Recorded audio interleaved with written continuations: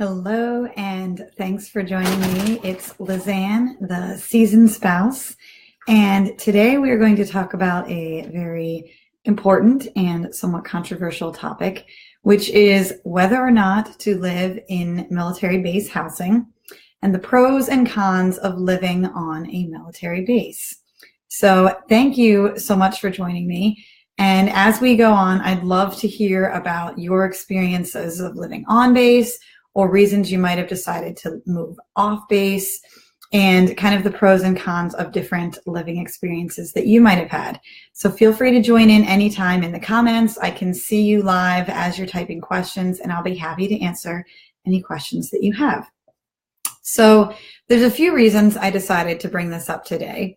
And the first is because it is time for the annual housing survey on our base and on military bases across the country. And so if you aren't aware, a few years ago, military bases transitioned from managing their own base housing neighborhoods to subsidizing that and letting private housing companies moderate and facilitate base housing. And in some ways that was a good move because it meant that the maintenance requests were being handled instead of by service members. They were now being handled by private housing management companies. They could pull in their own teams of professionals. And some people have said that this makes things go a lot faster and that maintenance has been improved and that overall it's a more customer service oriented experience, which is great. But I think we can all agree that there are also still some areas where base housing can improve and where military families could do much better than living on base. And so those are the things that we want to talk about today. So I said on our base, it is the time of the annual housing survey, and you may have seen this around your base as well. Some of the main housing management companies are Lincoln Military Housing, Hunt Housing, Deleuze Military Housing, Balfour Beatty, and there's a handful of others, but these are the major companies that are managing housing at military bases across the country. It's not just at yours. They manage thousands and thousands of houses on many military bases. And they conduct an annual anonymous survey for residents to ask how they're doing, what the residents' response is to the overall appearance of the neighborhood and to maintenance service and community upkeep and things like that. If you live on base and you've received a survey like that in your email, I encourage you to respond to it, because if you have something positive to say, then that's a great way to let the housing company know that you appreciate the efforts that they've been making, that they're spending their money in the right place, and you want to see more of what you've been seeing already. So that helps them get on the right track.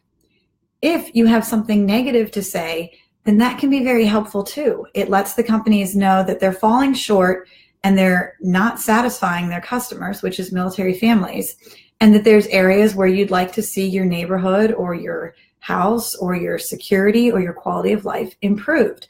So please go ahead and respond to a survey if you get it. It's helpful to everyone to hear what you have to say.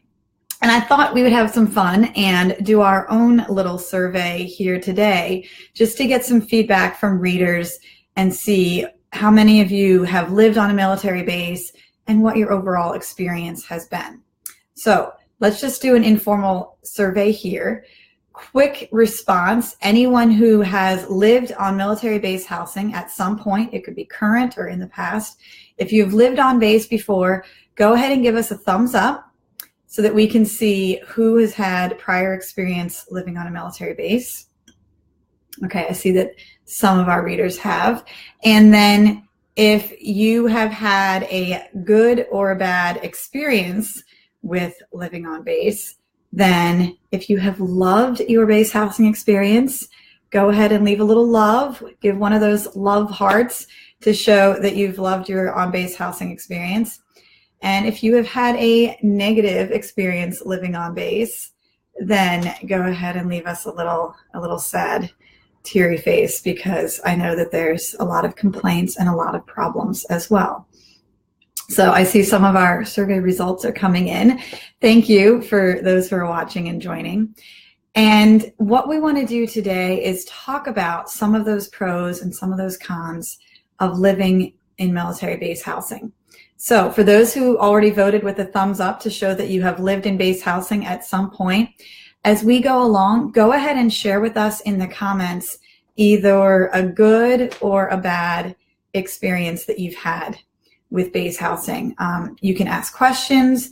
You can tell us one of your horror stories. All of those things are welcome in the comments. I see Heidi has a love-hate relationship with base housing. And, I think many of us can relate to that.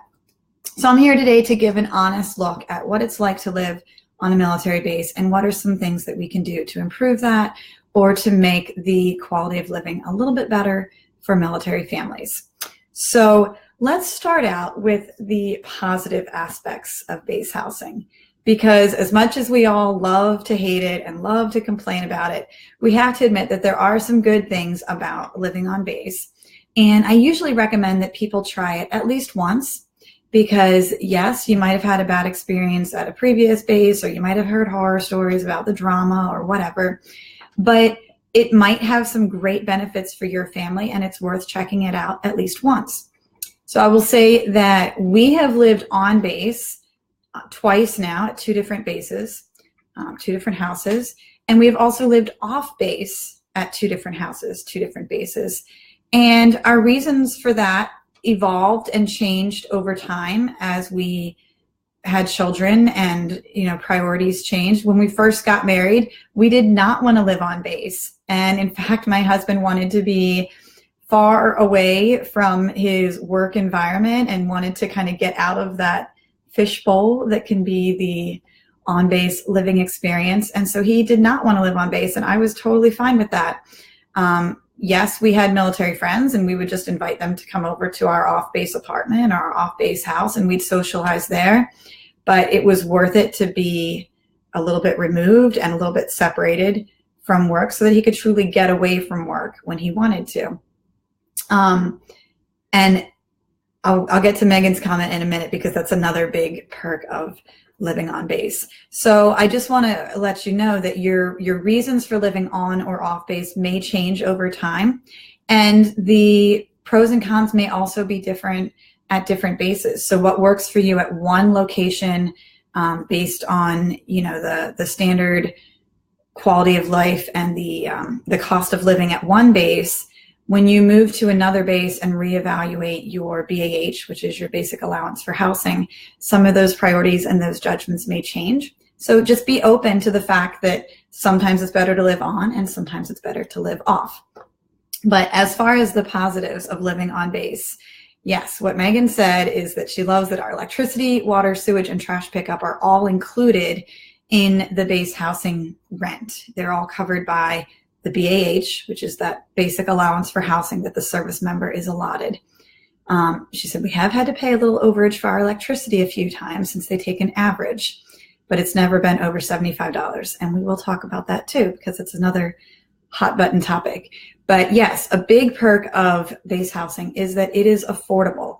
The BAH is calculated based on the cost of living in that zip code, which is the zip code for the base's main gate. So be careful if you're living on another side of base or across the county line or something like that. But BAH is based on the zip code for that base and the service member's rank. So the nice thing about base housing is that you're guaranteed to find something affordable in your rent bracket that will fit your family. They will give you typically additional rooms for additional dependents. So if you are a family of 5, you shouldn't be squeezed into a house that was designed for a family of 3, typically. I'm sure there's experiences where that has happened, but in general, they do try and match family size, BAH income, which is based on rank, and match you to a neighborhood and a house that's going to fit your family and your lifestyle. And it's nice to know when you're moving to a completely new base and a new area that that's an affordable housing option. And it includes all of your rent. It includes your utilities like water, electricity, sewage, and trash pickup. That's all added in. Whereas if you look for housing off base, not only do you need to worry about your landlord's flexible rent changes. You may sign up for a lease for 1 year, and when that year is up, the landlord may suddenly decide to increase your rent, and there's nothing you can do about that. But you also have to calculate your utilities when you live off base and make sure that you can afford those on top of your rent, and get that all underneath your BAH number if you want to not be paying out of pocket.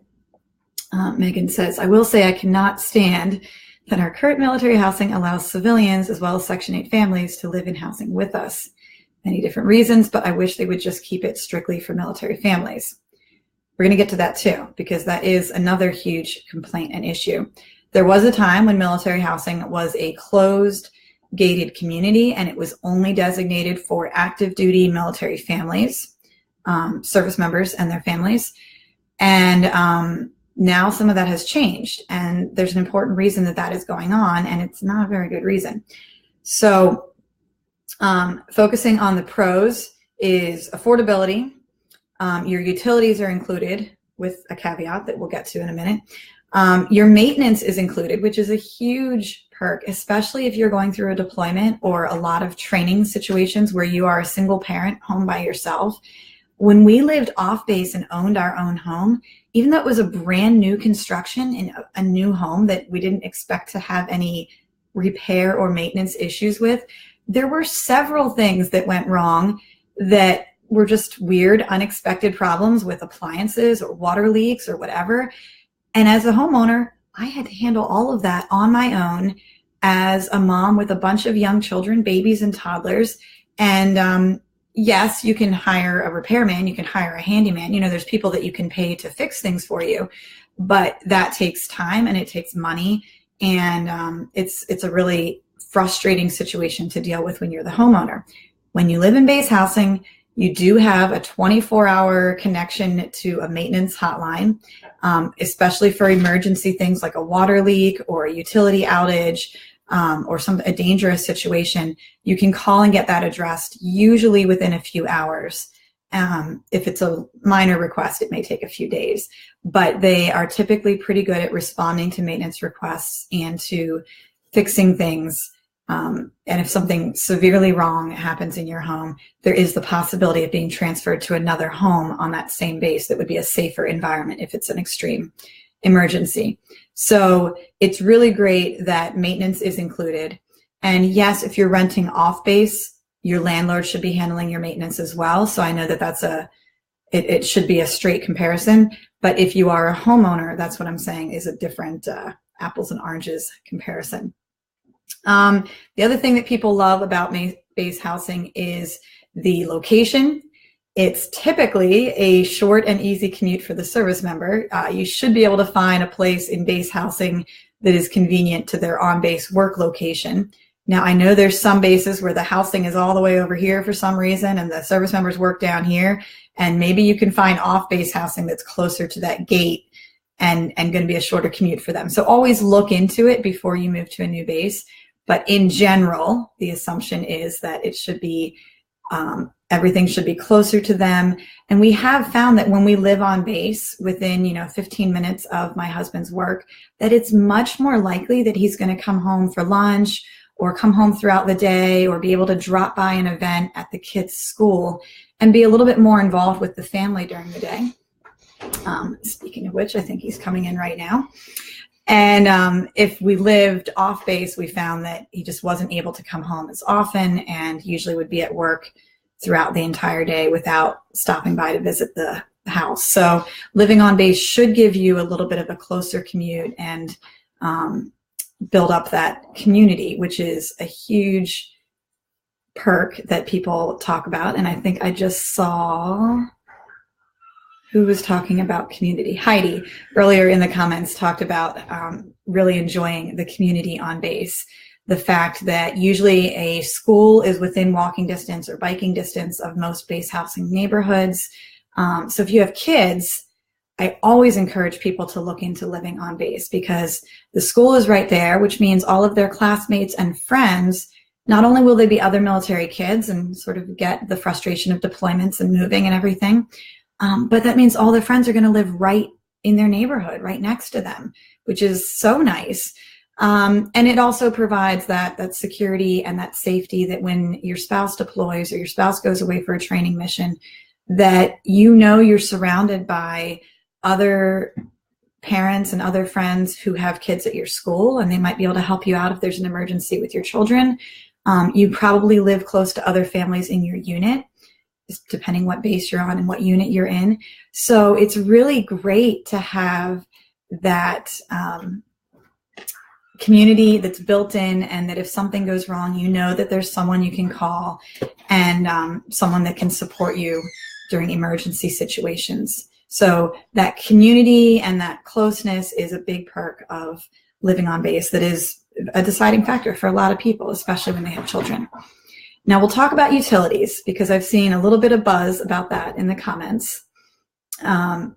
Megan is reiterating that the majority of the students at her daughter's elementary school are military kids, and most of that percentage lives in the same housing community as we do. So it's a shocking surprise, but it's really pleasant to discover that all of their classmates are right down the street.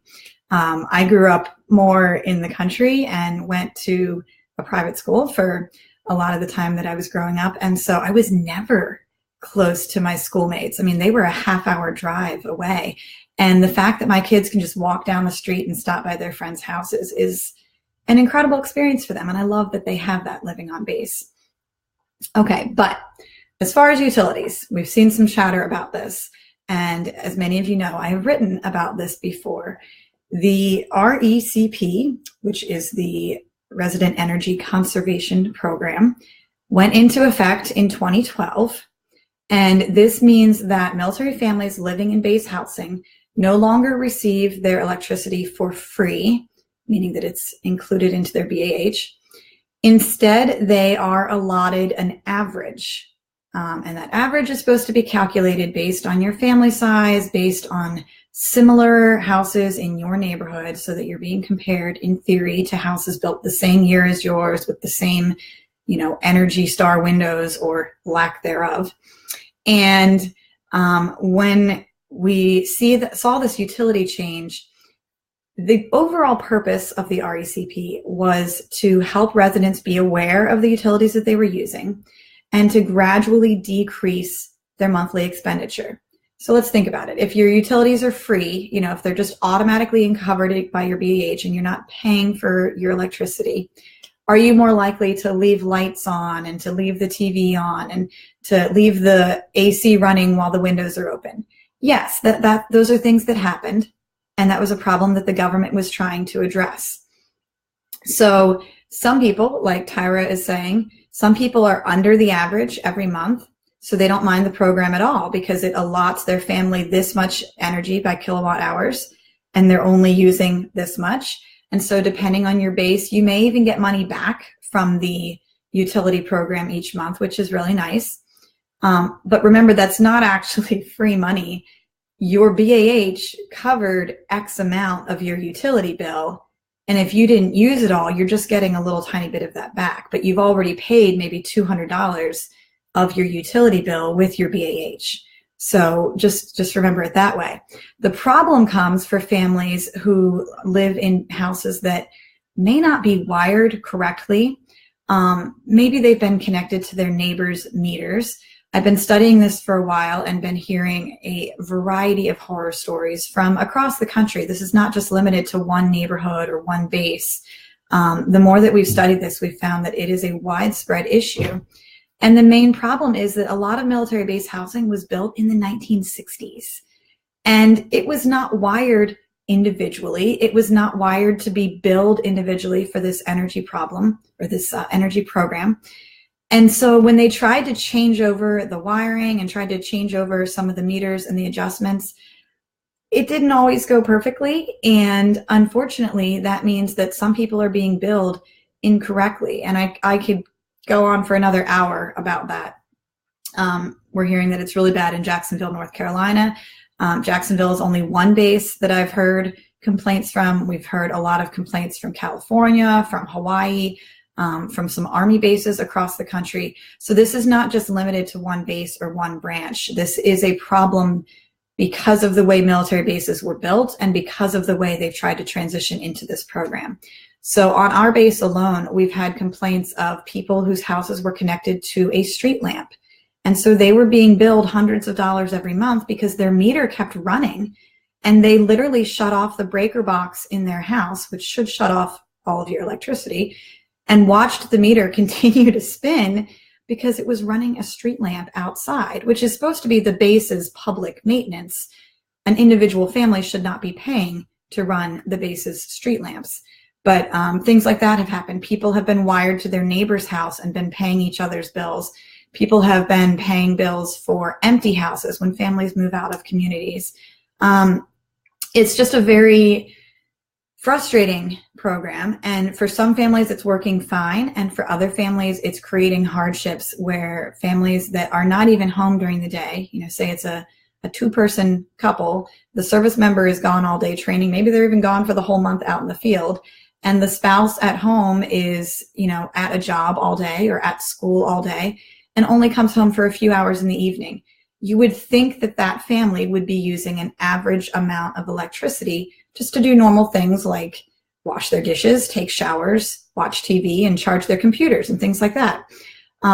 So if that family gets an electric bill for hundreds of dollars, that's going to severely impact their budget, their spending, and especially if they've tried to look into it and report it and figure out what they're doing wrong with their energy usage. My frustration is that the base is not giving very clear answers. And because you have base property, which is owned by the military and by the government, but it's managed by a private housing company, and it's being billed to a local energy company, well, you have these three entities that can all blame each other for different policies and different procedures and different wiring. And none of those three entities are actually looking out for military families' basic interests. You would think that the military base would be, and so in some situations there's been success of advancing complaints up to military base leadership, but that's not always effective. And unfortunately, you have all of these powerful organizations, the base, the private housing company, and the local energy company, who are more than happy to take money from military families because they know that it's built in to their BAH and that they're required to pay it. And there have even been threats of evicting families from base housing as they've been disputing suspicious bills or complaining about abnormally large bills. And before they have a chance to work through a process to get it resolved, the base is just threatening to kick them out. So some families are being intimidated into paying bills that have not been proven to be legitimate, and they just suck it up and deal with it for a few more months or for a year until they're able to move into different housing or move off the base. And that solves the problem for them, but it doesn't solve the problem for the next family that moves into that house. So, and I see Megan's complaint here. She says, we are never under the allotment for the energy bill. There's no insulation in our house. Cool air comes in under the doors and windows. The appliances are from the 90s. I think we're getting billed incorrectly for the year that we've been here. And unfortunately, Megan, that's a really common complaint. So I don't want to spend all day on the electric issue. I have written extensively about it, and if you want to see some of my findings and some of the complaints that we've documented, I will add a link in the comments afterwards so that you can follow up on that. And it also lists some of the legal action and some of the resources that military families have to deal with this. You do not have to take this issue lying down. And if you're a family that thinks you're being billed incorrectly, then there are steps that you can take. You can unite with the other families in your neighborhood. And the first step is to gather accurate information. So it's one thing to just say, I think my family's being billed incorrectly. But unfortunately, there's no basis for that, okay? You need facts. So what you need to do is compare your bill to other families in your neighborhood and say, hey, I'm in a 3-bedroom, with this family size, this amount of people, and here's 10 other families in my same neighborhood, same style of housing, also in 3 bedrooms, and their monthly kilowatt hour usage is this much, and mine is this much, but I'm still being told that I'm over the average. So once you have some of those facts and some of that data, that's when you can progress up to the chain of command and start making complaints to the base. But until you have some actual numbers and some ongoing consistent billing errors. You need to watch your meter and actually like write down your meter numbers during the month. Until you have those numbers to work with, all you're saying is, I think that my numbers are unusual, or I feel like I'm paying too much. And that's too subjective for anyone to really work with it. But when we join together and start comparing numbers together, there are online Facebook groups that do this. You can probably find some for your base. This is all linked into the blog post that I'll share with you in a little bit. And then there's also legislative steps that you can take. There are bases that have elevated this concern up to their local congressmen and their legislator and said, I think that military families are being duped by this energy program. I think that it is an unfair billing procedure and that it should at least be analyzed for effectiveness before we insist that military families pay some of these outrageous bills.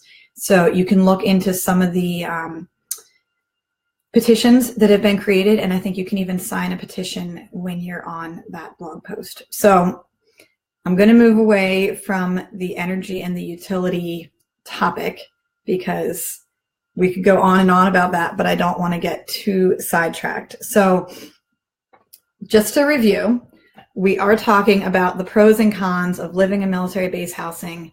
And when we talked about the positive aspects, we mentioned the affordability, the fact that yes, your rent and your utilities are all supposed to be included. Maintenance is included. It's usually a convenient location for a commute. And the community, the on-base environment is usually a good place for a family and for military kids. So those are some of the positive aspects of living on base. Now let's talk about some of the problems with military base housing. So we've already gotten into the utility and the energy bill. And unfortunately, I have to tell you that they're considering doing a similar program with water in the next few years. And if it's anything like the electric program, then I don't have very high hopes for it. So keep an eye out for that and pay attention if they start talking about monitoring water usage on base, that you're likely to run into the same issues that they're having with this electric program. So some of the common complaints about base housing, and I'll go through mine, and then if you have your own comments and your own experiences, then go ahead and feel free to share them in the comments too. And I'm just looking over to see if I missed anyone's. I saw that there were several comments about the utilities, but so complaints about base housing. One of the most common is that the base housing is very old. It is aging. And it's not always updated. Now, this varies from one base to another. So maybe you're on a base that has brand new housing neighborhoods and you're thinking, what is the problem? This stuff is beautiful. You are super lucky, but that is not the norm. And especially on Army and Marine Corps bases that were built, around World War II, then there are some very old housing neighborhoods, and some have even had issues with being condemned and having asbestos problems and chemical problems and things like that. And some neighborhoods have been torn down and then rebuilt and replaced with newer neighborhoods. So depending what stage of the process is happening at your base, you may be able to find really great brand new construction housing, or you may be limited to 1960s era, smaller, cramped housing. And yes, in many bases, they do try to allot houses based on family size. They do try to accommodate for different rank and different BAH so that, if you are a larger family or a higher rank, in theory, you should be eligible for newer, larger housing, but it just doesn't always work that way. The problem with this is that as military housing has aged, again, we get into the problem that the properties are owned and built by the military, by the government, but they're managed by these private companies like Lincoln Military Housing, Hunt, Deleuze, Balfour Beatty. Now, if you're a property management company and you see that your property is aging and not as attractive to your customers, if you were a normal landlord, you would put money and invest in the property to update it, to make it more appealing and make it qualify for a higher rent. But that's not what we're seeing happen in the military community. As the houses are aging and losing value, the private companies are simply blaming the base for not building new houses, for not investing in the homes, and for not being able to fill them with interested customers, which is military families. And what has happened is that many military families are choosing to live off base because they can afford it, because they can find something newer, because they can find something larger, they can find the amenities that they're looking for, the space that they want for their families. And off-base housing has become increasingly attractive when compared to these smaller, older on-base homes. And that brings us back to what someone had said earlier, complaining about the civilians living in military base housing, or retired service members, or even Section 8 housing qualifiers. The reason they are moving them into military bases is because they can't fill the homes with interested service members. So the more that service members choose to live off base, the more that these private housing companies are left with vacant homes that are not making them any income. And so they offer the homes to military families. If they cannot find enough interested, then they open up the homes to civilian contractors or to retired military families that get it at a lower rate. They'd prefer to rent it out to the active duty families, but if they can't, they're going to take anyone who pays rent versus leaving a house vacant. And so that is where we've had a lot of complaint about living on base housing is supposed to be a secure and a safe community where everyone, should have a military clearance or a dependent card, or should have a background check if they are a civilian. But of course, there's going to be situations, the more that you open it up to everyone, the more security issues that you're going to have on a military base. So that is why the privatized housing is not able to fill the homes. And instead of addressing this problem by updating the homes and making, nicer kitchens or more bathrooms or 2-car garages or something that would appeal to their customers, instead they're just not bothering to update the homes, and they're filling them with people that will pay even less than military families. And that is called the Watershed Program, and it's a real problem. So I see Mary and Megan are talking about the mold issue on base. Oh, no, you're not. Megan's talking about the mold issue on base. And then she also said that, the newer housing always has a 1-year wait list, and the older housing can't keep any tenants, so they run specials to entice people to move in. And Mary agrees that they have those same specials on her base, which is very irritating because some military families are paying full price, and then civilians or others are moving in and getting it at a cheaper rate. In some housing communities, those are called concessions. So if you live in the older communities that have, the older wiring, maybe they have problems with their wiring tripping a lot. Maybe they don't have air conditioning. Maybe they don't have some of the amenities of the newer homes. Well, let's say an E5 has a choice between a brand new housing community on base or this older housing community on base. They're paying the same BAH either way, but of course the newer community is going to appeal to them more. So to entice people into the older communities, the base has to offer a concession fee to make the older housing worth their while. And some people will say, sure, I'll live in a smaller, older house. If I get money back each month from my BAH, that's an investment for me and that's worth it. But what we're seeing is that they're also opening it up to civilians and to Section 8 housing and other families that don't necessarily have any connection to the military community. And that's where families begin to feel less secure and more frustrated, that they'd rather have the base invest in their housing and make it suitable for military families so that we wouldn't have to move off base and pay more. So that's a whole other debate. But I do see that complaint often. And there's a lot of frustration as well over the fact that when you live on base, you automatically pay your full BAH toward the house. And that applies even if the service member receives a promotion during that time. So let's say you move into a house as an E3, and a few months later he picks up the next rank. Now suddenly he's making more BAH and more income each month, which is great.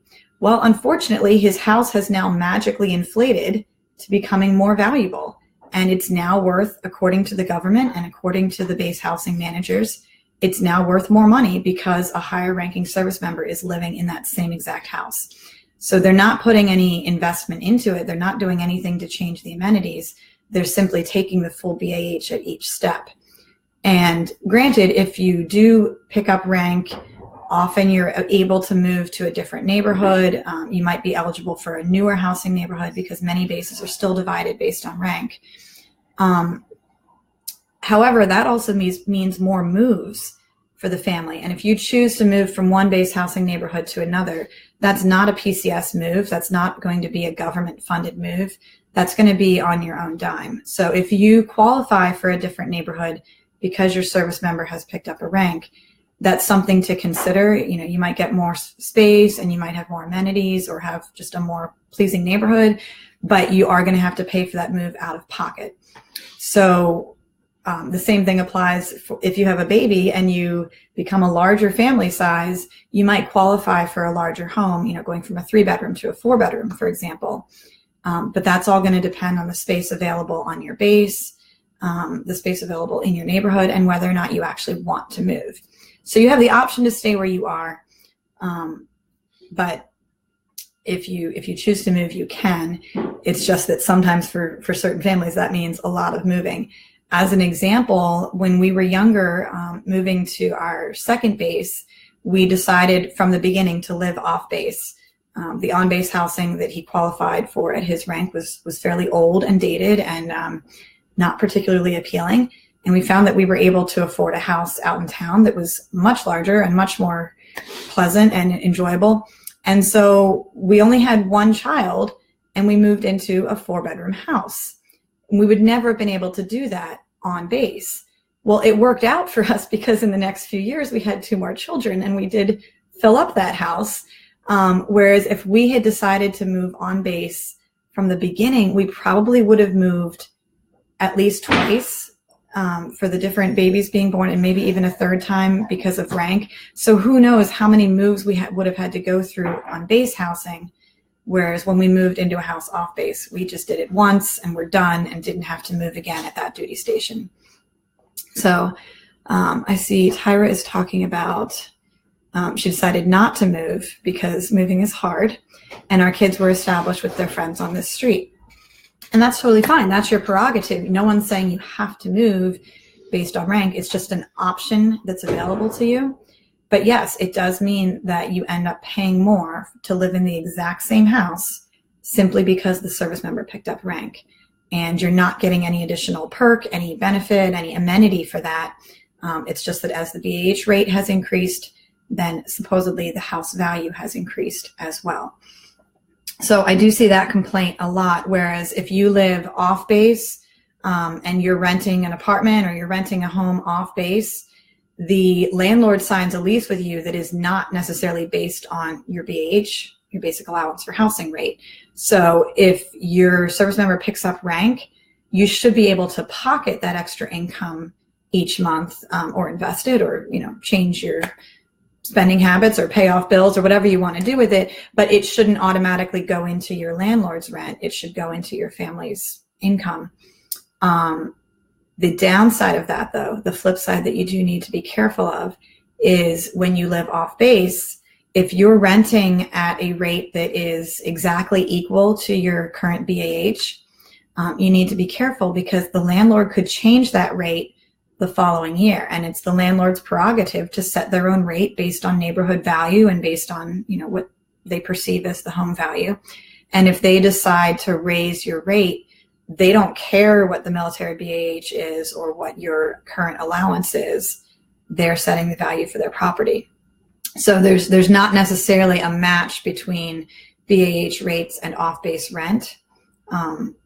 And there's no guarantee that your BAH is going to stay at your off-base rent. Whereas when you live on base, you do get that security, you get that reassurance, but you need to be aware of what things are not being covered and how things are working out. I'm going to go back to Megan's comment. talking about the different rates that people are paying for housing.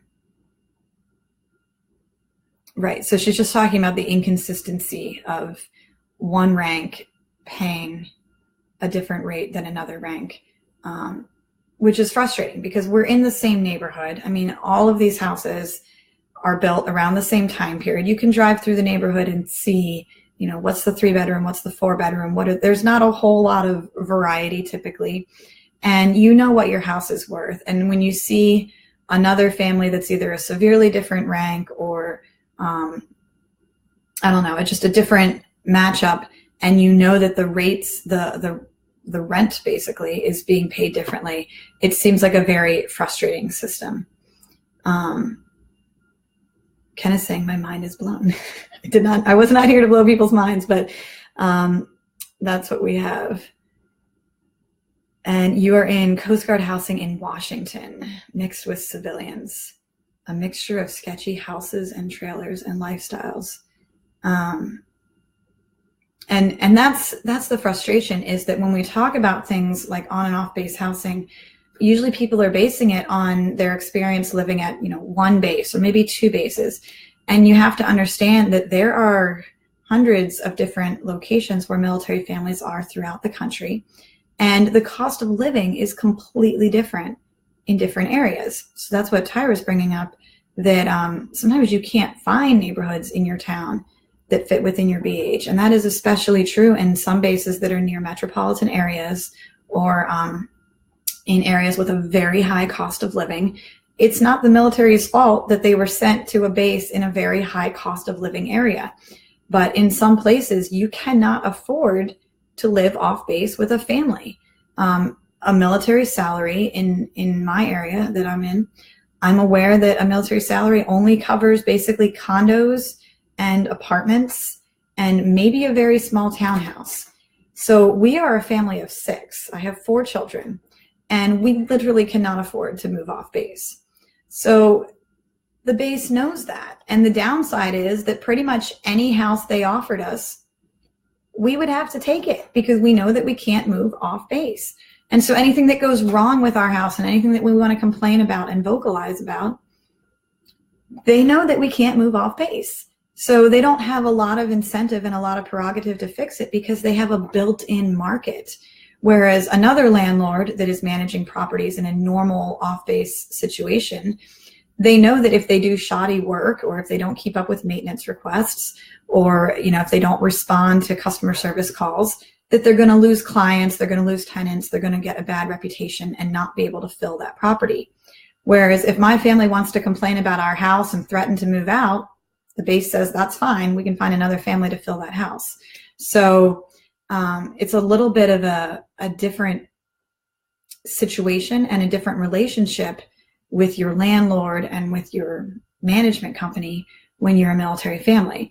And my concern has been that military families are not being given a voice to speak up and express themselves. Because if you complain to your private management company about, you know, maintenance or upkeep of the property or appliances that are old or dated, they're just going to blame the military base and say, oh, unfortunately, base policy, blah, blah, blah. Unfortunately, you know, the budget this year, blah, blah, blah. And so you're not going to get an answer. Exactly what Megan said.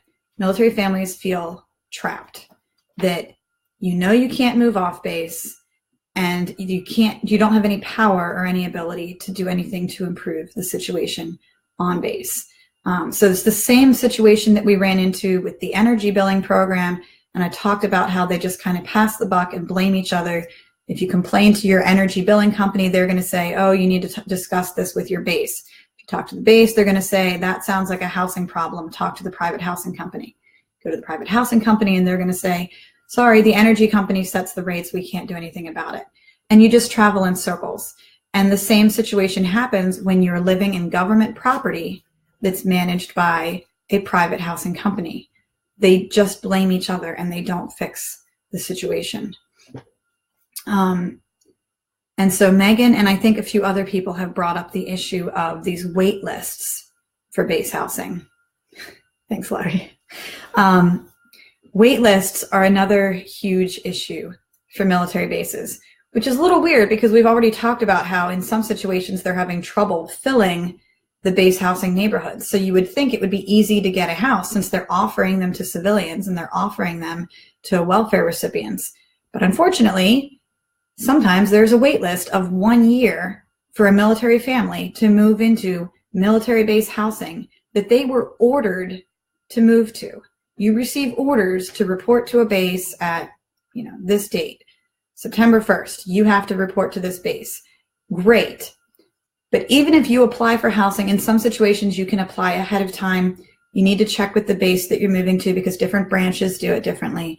But definitely check it out because sometimes as soon as you have hard copy orders at your current location, you can call up your future base and get put on a wait list or put in a request or start the paperwork to apply for base housing, which is great. So maybe that gives you a couple months of lead time, but that doesn't help you at all if the wait list is an entire year.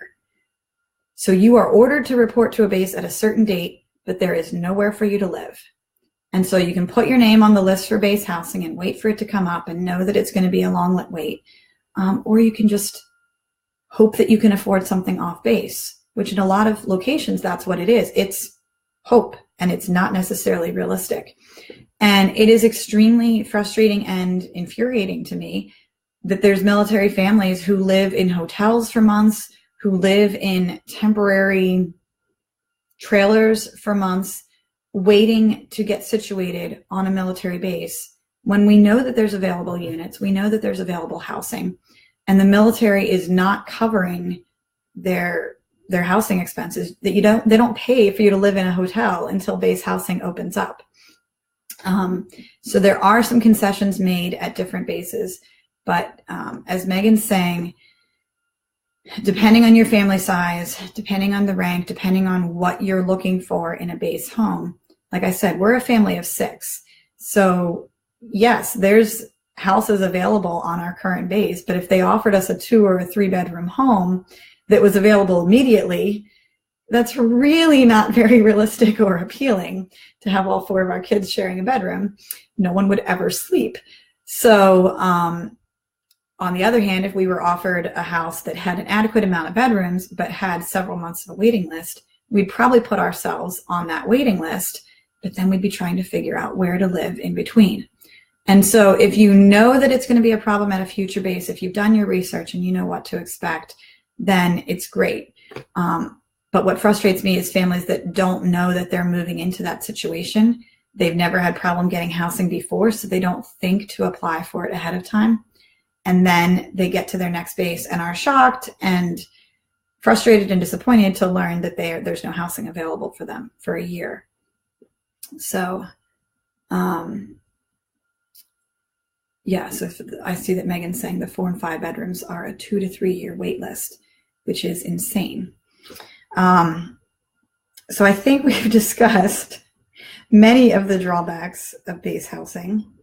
And we did talk about some of the positive aspects too. So in summary, I'm going to say if you want to ask some more questions or present us with a problem that you're facing at your base, or make a comment about either why you like living on base or why you don't like living on base, then by all means go ahead and share that with us now and we can see it in the comments. If you're watching this afterwards, after the live session, I will be happy to go back and check out the comments and respond to your questions then too. So you can share with us what you've liked or not liked about base. You can ask questions. But I just wanted to summarize by saying that there are benefits and there are drawbacks to any situation, to living on base, to living off base. There's always a pros and cons. And like I mentioned in the beginning, your pros and cons may change and may evolve over time. So what worked for you when you were newly married as a young couple, when you were both employed, maybe it was easy for you to live off base and that was a good situation and a good solution for you. As families have children and their income changes and different factors come into play, then on-base housing becomes a lot more appealing. But just because you've accepted on-base housing doesn't mean that you need to accept living in old, outdated, somewhat dangerous housing. So I do encourage you to complete surveys when your housing company sends them to you. I know Lincoln Military Housing is sending theirs around this week, and I'm not sure when the other management companies do it. But if you see signs for those surveys, then by all means, fill them out, share your positive and your negative comments. And remember also that if you have a bad experience in base housing, especially if it's something that's either dangerous or an extremely negative customer service experience, or you just don't feel like your request is being processed or being taken seriously, there are ways that you can advance those requests. If you're not getting the answers from your local housing office, there's a district housing office, and then there's also a base management office, I think, for every private housing company. So for Lincoln Military, for Duluth, Balfour Beatty, there's another, Hunt is another big one. So each of those, you can advance things up the line if you have a serious request. And you also have the option to leave an ICE comment. That's ICE. And I forget what it stands for actually, but every military base has the option to receive ICE comments. You can just Google for your base, blah, blah, base, ICE comment. And an ICE comment can be done for anything on base. It could be an experience that you had at the hospital. It could be at the commissary. It could be, processing a pass to get on or off base. And it can also be for experiences in base housing. And if you feel that something is not being handled well in your base housing area, or that you have an appliance that is dangerous that they are refusing to replace, or if you think that this energy program is billing you incorrectly and you have some evidence and some numbers explaining why, then you can send an ICE comment. And those can be anonymous, but they are all received by the base commander or by someone in his office, and they are all reviewed. And if there are enough negative comments about your base neighborhood, then someone at the military side, on the government side, is going to start looking into that. And they don't want their military families to be mismanaged. They don't want their housing to be mismanaged. And because they have thousands and thousands of properties to manage on every military base, if there is, thank you, someone finally told me that ICE stands for Interactive Customer Evaluation. So there you go. So ICE is your Interactive Customer Evaluation comment, and that is what is sent up to the base commander. If you have a flurry of problems that have happened in your base neighborhood, then start sending ICE comments. Get your neighbors together, have them send ICE comments every day. You can structure it, and you can assign, someone to send them every Tuesday and every Wednesday until your problems are taken seriously. Now, I don't want to say that this should be a whiny complaining session of a trivial dispute that you've had with your neighbor.